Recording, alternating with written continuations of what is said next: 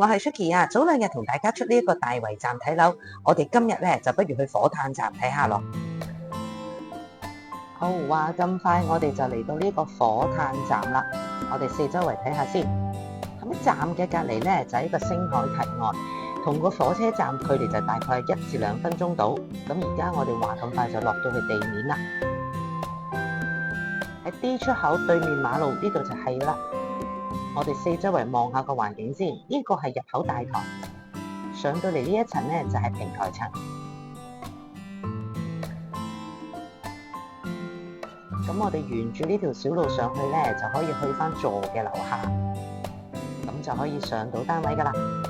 咁今日同大家睇呢一個咧係3座醫室嘅51樓，咁啊4房1套房嘅設計。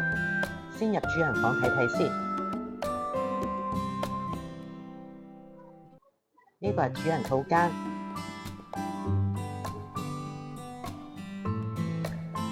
咁另外咧，我哋出返去廳個露台睇一睇。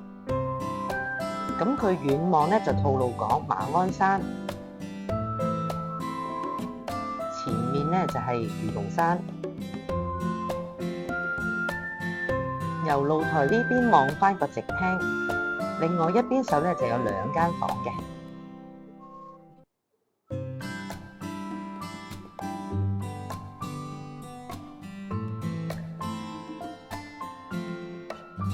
呢一間房後邊咧會亦都有一個2樓嘅衣櫃位嘅。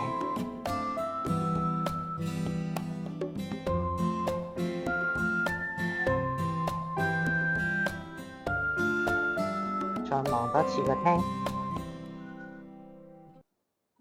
我哋入去廚房嗰邊睇下先。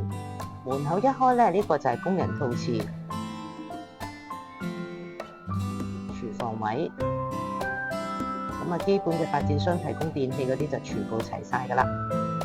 咁呢個單位另外最特色嘅咧，就係上去天台嗰度去望下。呢個天台面積咧就700幾尺，咁就有埋燒烤爐具啦。